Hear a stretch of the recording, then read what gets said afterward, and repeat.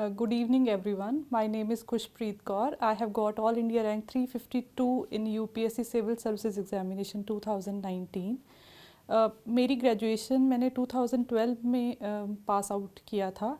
After that I got selected as SBI PO और मैंने वहाँ पे 2 साल तक काम किया. Meanwhile I started preparing for Punjab civil services, जिसमें मेरा 2015 में सिलेक्शन हुआ एंड आई ज्वाइन देयर.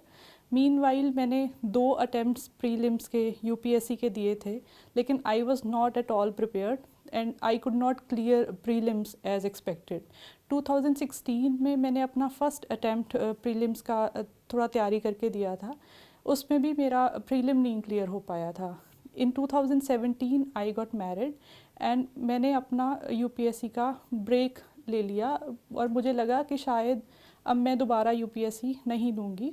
2019 में ड्यू टू सब सर्कमस्टांसेस आई फेल्ट कि मेरे को इस जॉब के साथ सेटल नहीं होना चाहिए, मेरे को UPSC के लिए एस्पायर करना चाहिए.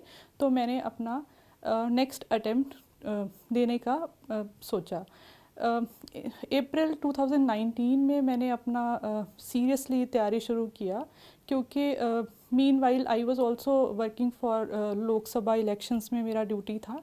तो उसके कारण मेरे को थोड़ा टाइम का प्रॉब्लम तो था, लेकिन मैंने मीन वाइल अपना स्ट्रेटजी ये बनाया कि जितना मेरा वाइडर मैं पढ़ सकती हूँ with the help of test series, जो टेस्ट के सैम्पल आंसर्स होते हैं उसके थ्रू, या जिस भी तरीके से पहले तो सिलेबस जल्दी जल्दी कंप्लीट कर पाऊँ, फिर बाकी टेस्ट सीरीज़ और टेस्ट सबसे ज़्यादा अपने अटेम्प्ट कर पाऊँ.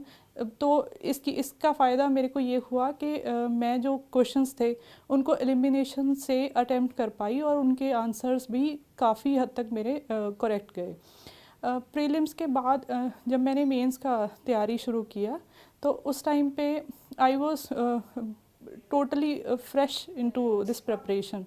तो उसका मैंने थोड़ा ये निकाला कि मैंने ऑप्शनल अपना सिलेक्ट किया वो सब्जेक्ट जिसमें मेरा खुद का इंटरेस्ट था.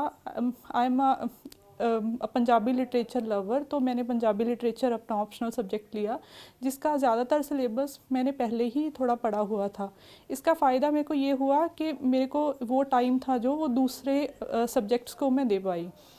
इसके लिए मैंने ये किया था कि जितने भी टेस्ट को टॉपर्स ने अटेम्प्ट किया था उनकी कॉपीज़ पढ़ के मेरे को थोड़ा आइडिया हो गया था कि एक मॉडल आंसर क्या होता है और उसमें क्या चीज़ें हैं जो इनकॉर्पोरेट करनी चाहिए. उस हिसाब से मैंने सिलेबस को पढ़ा और जितने शॉर्ट नोट्स मेरे से बन पाए मैंने बनाए.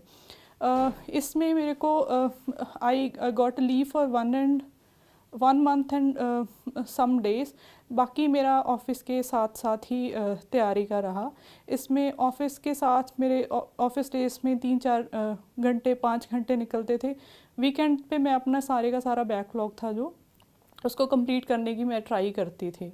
इस टाइम पे भी मैं नहीं कर पाई कि ज़्यादा टेस्ट सीरीज़ अटेम्प्ट करने का, लेकिन उसका मेरे को नुकसान ये हुआ कि मेरा मेंस के पेपर थे वो बड़ी मुश्किल से कंप्लीट होते रहे और एक पेपर में मेरा एक आंसर छूट भी गया.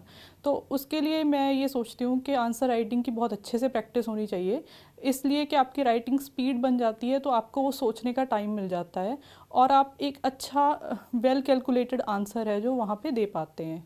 तो उसके बाद ऑप्शनल का ये था कि ऑप्शनल क्योंकि मेरा पहले ही थोड़ा मैं कंफर्टेबल थी तो और इसकी जो चॉइस थी मेरे लिए नेचुरल थी, तो मैंने उस पर बहुत ज़्यादा टाइम नहीं लगाया क्योंकि मेरे पास टाइम की कमी थी. मेरी बाकियों को भी मैं यही सोचती हूँ कि जो ऑप्शनल है वो वैसा होना चाहिए जिसमें आपकी नेचुरल इंक्लिनेशन हो, तो वो आपको एक थोड़ा एज रहता है उस चीज़ में. इंटरव्यू के लिए क्योंकि मैं मेंस के टाइम पे ऑलरेडी छुट्टी ले चुकी थी, तो उस टाइम पे मेरे को कोई छुट्टी नहीं मिली प्रिपरेशन के लिए, तो मैंने थोड़े मॉक टेस्ट वीकेंड्स पे जाके लगाए, जिसमें मेरे को थोड़ा आइडिया हुआ कि अपने थॉट्स को कैसे आपको एक्सप्रेस करना है और क्या चीज़ें हैं जो इंटरव्यू में काउंट करते हैं. तो इन सब चीज़ों की वजह से आई थिंक कि ये चीज़ें थी जो मैंने की, लेकिन थोड़ा टाइम का कंस्ट्रेंट रहा. लेकिन जो भी लोग हैं जो जॉब के साथ और बीइंग मैरिड जो लोग भी तैयारी करते हैं, उनको मेरी ये सजेशन है कि आप मेरे लिए तो ये था कि मैंने थोड़ा लेट प्रिपेयर करना शुरू किया। अगर आप थोड़ा अर्ली प्रिपेयर करते हैं और आप डेली बेसिस पे 4 से 5 घंटे भी निकाल लेते हैं और वीकेंड्स पे आप वो सारा बैकलॉग कवर कर लेते हैं, तो ये चीज़ पॉसिबल हो जाती है। आप एग्ज़ाम के पास जाके थोड़ा छुट्टी ले सकते हैं, उसमें आप वो चीज़ों को थॉरली रिवाइज़ कर पाते हैं। ये सारी चीज़ें थी जो मैं आपके साथ शेयर करना चाहती थी। That's it, thank you very much.